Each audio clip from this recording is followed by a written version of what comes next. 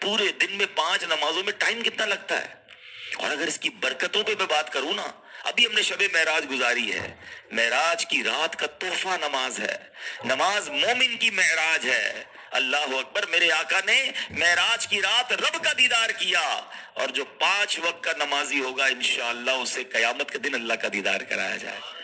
ہمارا دل نہیں چاہتا رب کو دیکھنے کا؟ پڑھے نا نماز کیسے قضا ہو جاتی ہے۔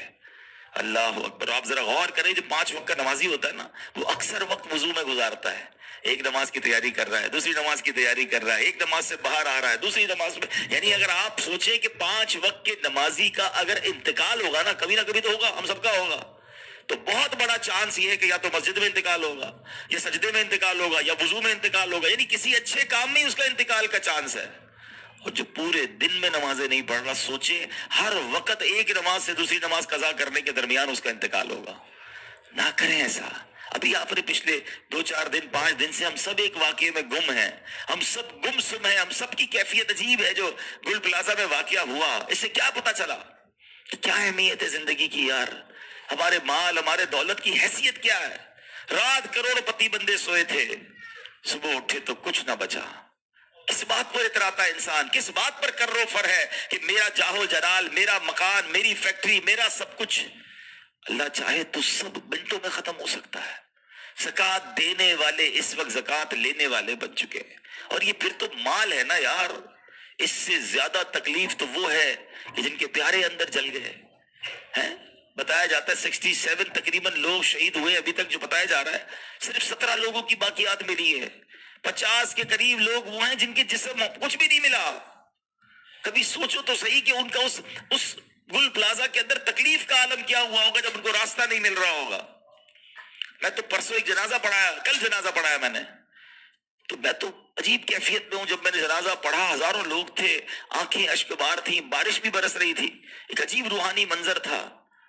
لیکن اس کے دوستوں کو میں نے دیکھا، اس کی فیملی ممبر لوگوں کی آنکھوں میں آنسو تھے۔ لیکن مجھے بتائیں، جس بندے کی باقیات بھی نہیں ملے گی، اس کے گھر والوں کو چین کیسے آئے گا؟ وہ کس کا جنازہ پڑھیں گے؟ کس کی قبر پہ جا کے فاتحہ پڑھیں گے؟ میرے والد کدھر گیا، میرا بچہ کدھر گیا، میری زوجہ کدھر گئی؟ کیسے بیچاروں کو چین آئے گا؟ تکلیف سوچیں۔ یہ بحث الگ ہے، یہ حادثہ کیوں ہوا؟ میں اس سے عبرت کا پہلو آپ کو بتا رہا ہوں کہ یہ میری اور آپ کی اوقات ہے، پھر بھی نماز نہیں پڑھتے۔ ہم کیوں سوچتے ہیں ان کے ساتھ ہوا میرے ساتھ نہیں ہو سکتا، میں نہیں مر سکتا؟ کیا میں نے اور آپ نے اپنے سے کم عمر لوگوں کے جنازے نہیں پڑھے؟ جب مجھ سے چھوٹی عمر کا مر سکتا ہے تو میں بھی مر سکتا ہوں بھائی، مجھے بھی مرنا ہے۔ اللہ سے دعا کرتے ہیں، جمعے کا دن رحمتوں کا دن ہے، اے اللہ میں جلنے والی، کٹنے والی، پھٹنے والی، ڈوبنے والی موت سے بچائی رکھنا۔ اے اللہ عافیت والی، خیر والی، نمازوں والی، بستر والی نہیں بلکہ زندگی کی آخری نماز کھڑے ہو کر ہمیں مسجد نبوی میں ادا کرنے کی توفیق عطا فرما، اور ہمیں مدینہ پاک والی اور آقا کی دید والی موت نصیب فرما۔ لیکن بھائی اینڈ آف دا ڈے مرنا تو ہے نا، قبر میں تو جانا ہے نا۔